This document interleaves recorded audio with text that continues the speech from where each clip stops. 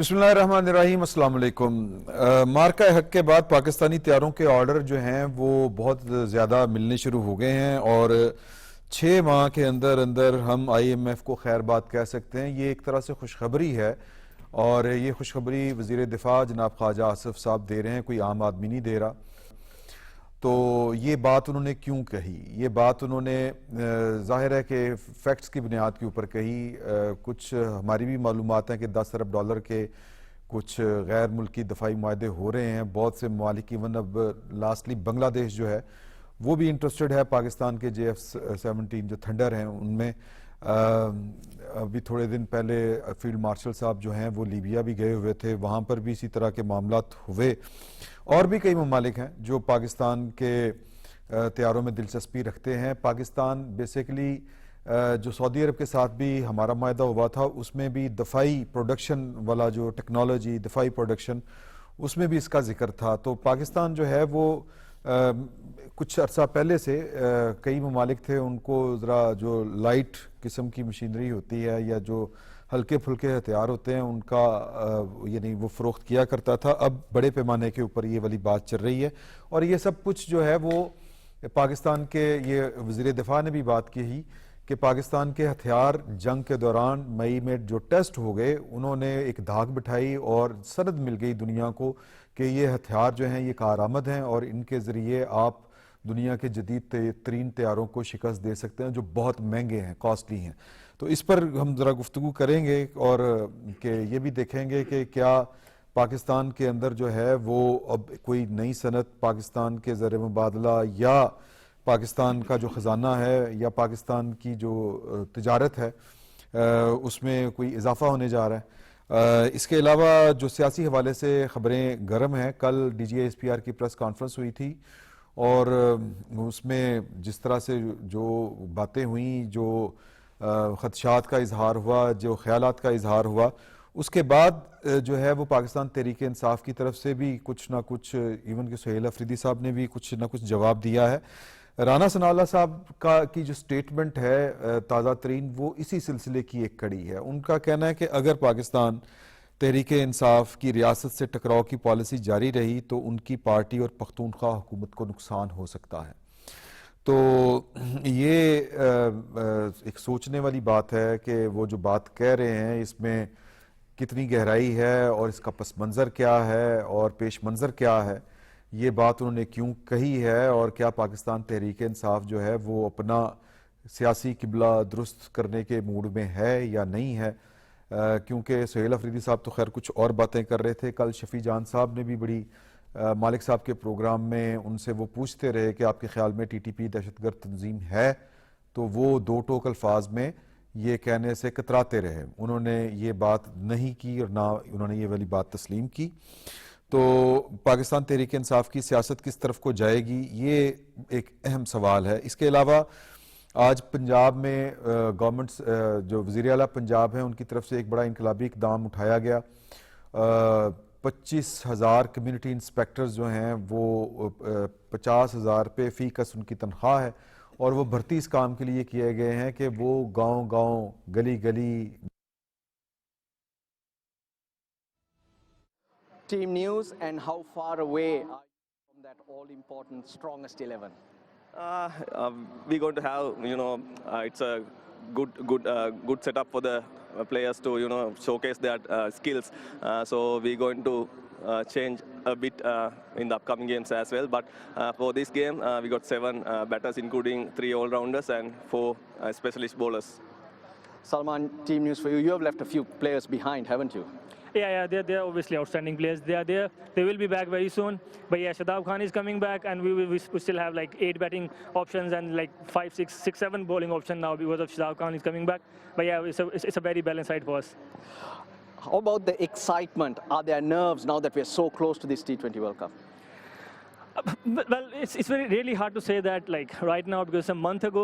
But yeah, everyone is very excited when it's come to the team stuff and player stuff. They're very, very excited. Some of them is going to play their first World Cup, and some others like are very experienced, like they have already played 2-3 World Cup. So everyone is very excited about that. Playing at home, getting used to these conditions and expressing yourself, Dasun. How are the team feeling? Yeah, team feeling very good. Especially, you know, everyone want to express themselves since it is a home World Cup round. So, yeah, hopefully the goods will be delivered. Well, guys, good luck. Thank you. Pakistan, well, they won the toss and they've decided to bowl first.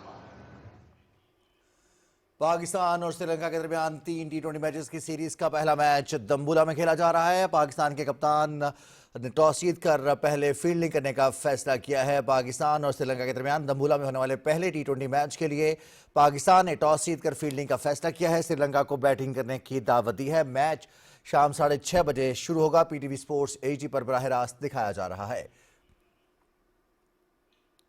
یہ تھی P T V تازہ ترین. بارواق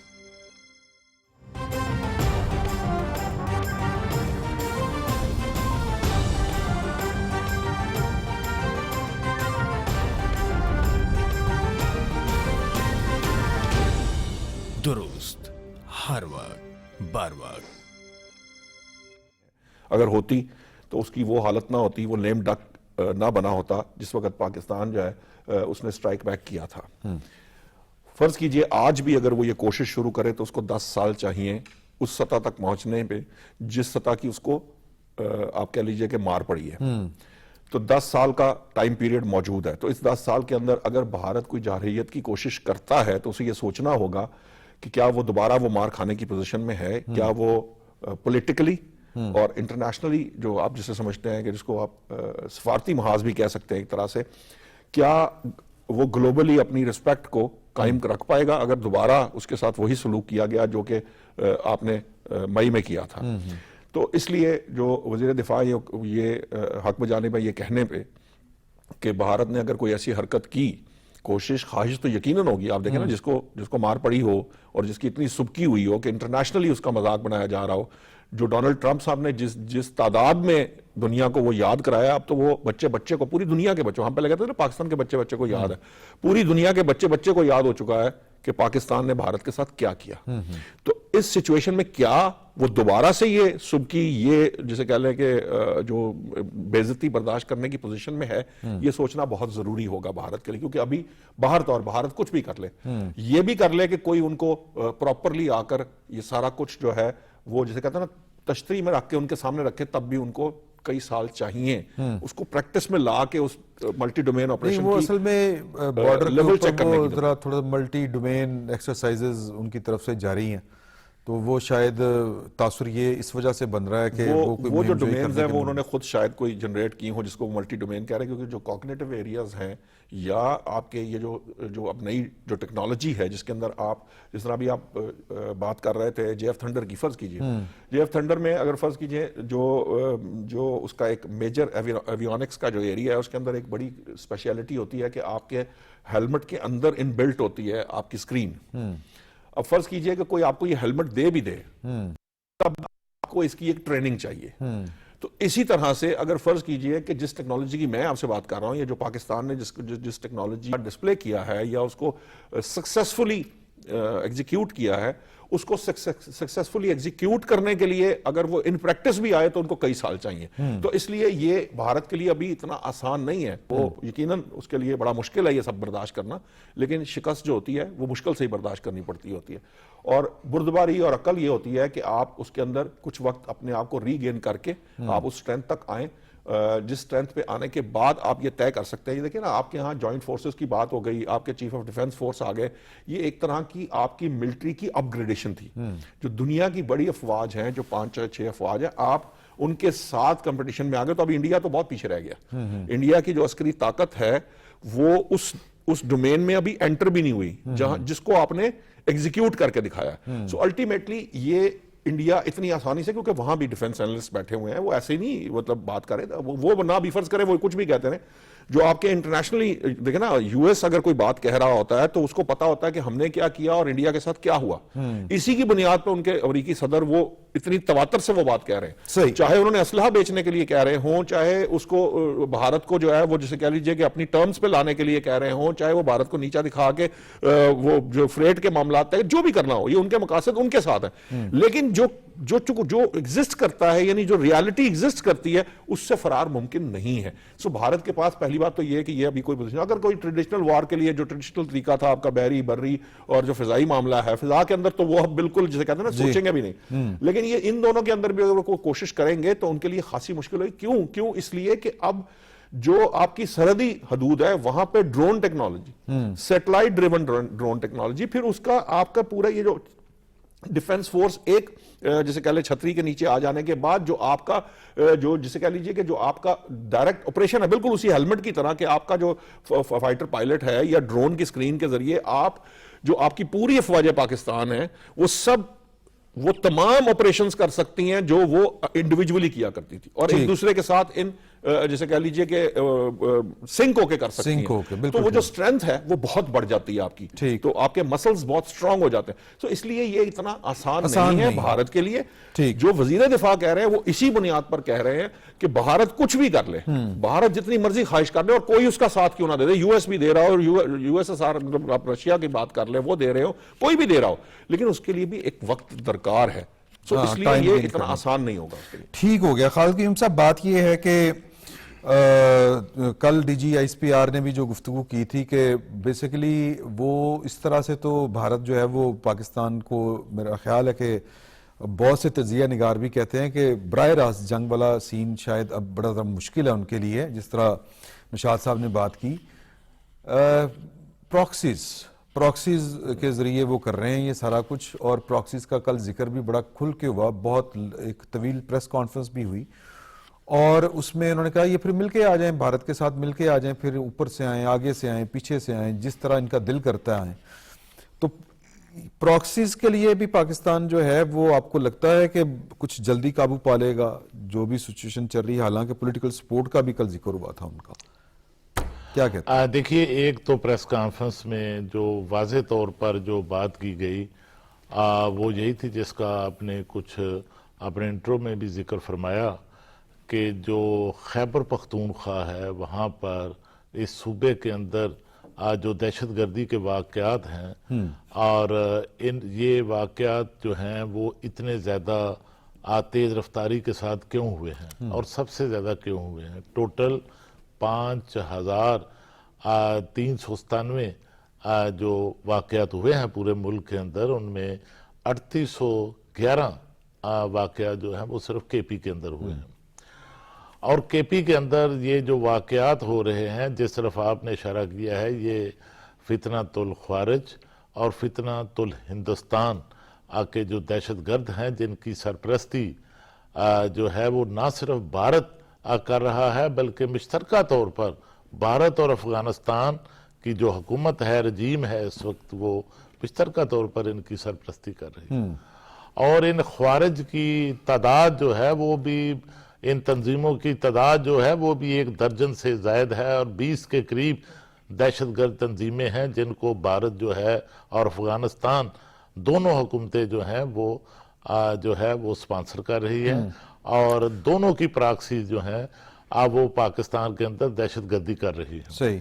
اور اس میں کامیابی کا تناسب اگر آپ دیکھیں کہ جس طرح آپ نے فرمایا کہ 2021 کے اندر جب دہشت گردی دوبارہ سر اٹھا رہی تھی, پی ٹی آئی کا دور حکومت تھا, اور اس وقت دہشت گردی کو بڑا فروغ بھی دیا گیا کہ کس طرح نہ صرف افغانستان کے اندر جیلوں میں بند جو بڑے مطلوب دہشت گرد تھے ان کو چھوڑا گیا, بلکہ پاکستان کے اندر جو دہشت گرد تھے جیلوں کے اندر ان کو بھی چھوڑا گیا, اور افغانستان سے لا کر ان کو جو ہے. تو مطلب یہ کہ پاکستان کی فوج جو ہے وہ اس وقت ایک وقت میں کچھ 4 محاذوں کے اوپر 4 دشمنوں کے ساتھ جو ہے وہ نبرد آزما ہے, کامیابیاں. یہ لائن مجھے اجازت دیں ایڈ کر دوں کہ دیکھیے جنگ تو افغانستان اور بھارت مل کے کر ہی رہے ہیں, پراکسی تو پہلے سے چل رہی ہے. اور میں صرف ایک بات کرنا چاہوں گا کہ 2021 میں 1 سال کے دوران آپ کاروائی دیکھیں کہ کس قدر جو ہے وہ کاروائیاں کی گئیں کہ صرف 193 دہشت گرد ہلاک ہوئے. اور اب اس جو سوال آپ اٹھا رہے ہیں اس کا جواب یہ ہے کہ 2025 میں